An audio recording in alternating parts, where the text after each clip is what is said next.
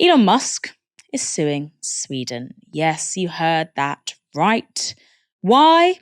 Because Musk's electric car company, Tesla, is locked in a labour conflict with Swedish workers, and the outcome could threaten the labour rights framework of one of the most unionised countries in the world. To understand why Tesla has lodged a lawsuit against two Swedish state services, we need to go back to the beginning. This is a piece published today by Novara Media's labour correspondent, Polly Smythe. Polly's been reporting on the attempts to unionise by around 120 Tesla mechanics in Sweden.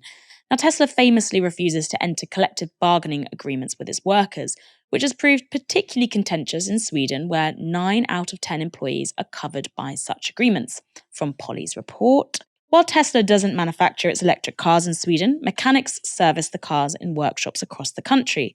Since 2018, IF Metall, the trade union representing the mechanics, has been calling on the automaker to sign a collective bargaining agreement to cover its members. Tesla has refused to cooperate, and on the 27th of October, the union launched strike action. These mechanics are not striking alone, though. In Sweden, working conditions and wages are decided through agreements between employers and unions, not via legislation. Because of Tesla's refusal to sign up to such an agreement, Polly writes, the mechanics are excluded from the sector-wide standards set by IF Metall's motor industry deal.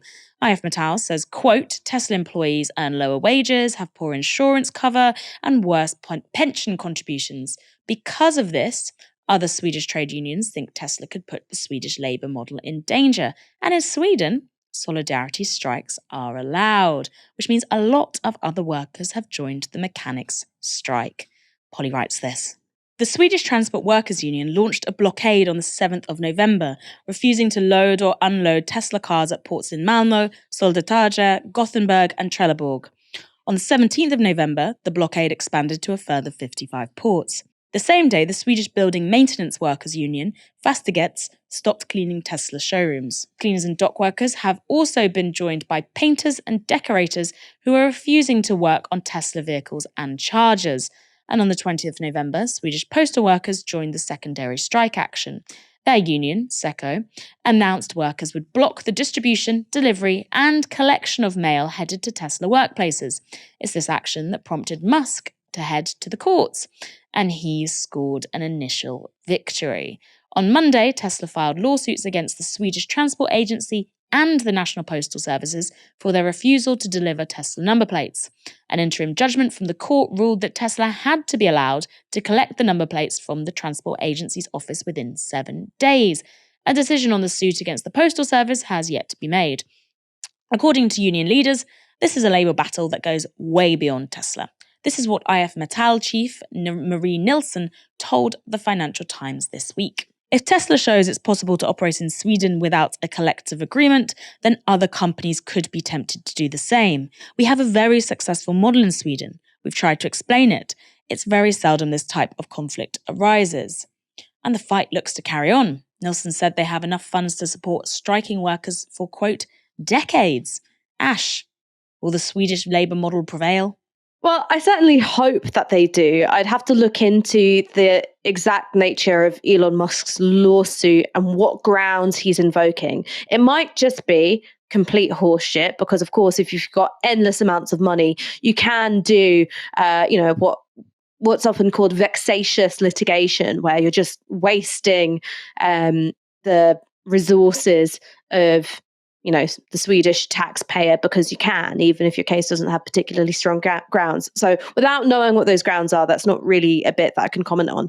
The thing which I think is really important is that the fact that Swedish trade unions are allowed to do solidarity strikes shows you how scared other nations are of that tactic. And that's why we've banned it here in the UK.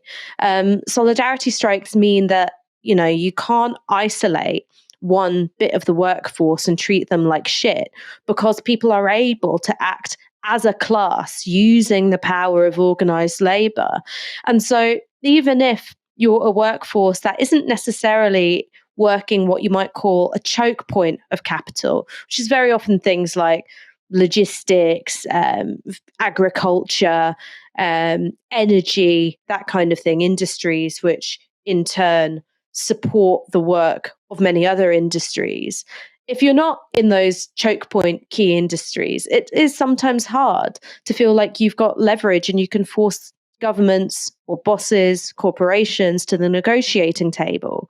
But with a solidarity strike, it means that people who do work in those other key sectors can either bring the country or the region to a standstill or impact a corporation's other operations by going on a solidarity strike. So it's a very powerful use of organized labor. And that's precisely why we're not allowed to do it here in the UK. So all power to the Swedish workers. Very interested in seeing how this plays out.